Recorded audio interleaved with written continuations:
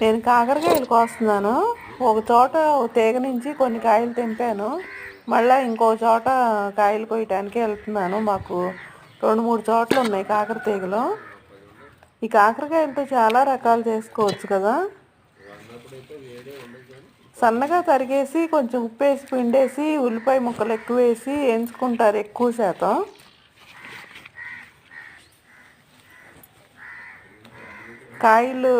కాయలుగానే కొంచెం పైన గరి లాగా ఉన్నది తీసేసి ఉప్పు రాసి పక్కన పెడితే కొంచెం నీరు వస్తుంది. తర్వాత కాయలు లోపల మసాలా పెట్టి కొంచెం నూనె ఎక్కువ వేసుకుని వేయించుకుంటారు. ఉడకేసేసి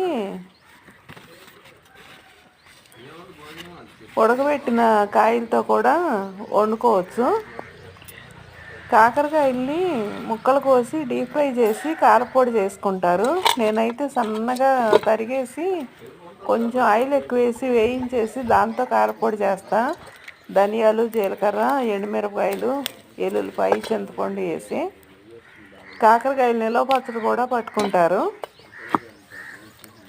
కాకరకాయ ముక్కలు కోసుకుని కొంచెం ఉప్పును పసుపు వేసి అందులో కాస్త చింతపండు పెట్టి జాడీలో పెట్టి ఉంచుకుంటే మరుసటి రోజు కొంచెం నీరు వస్తుంది.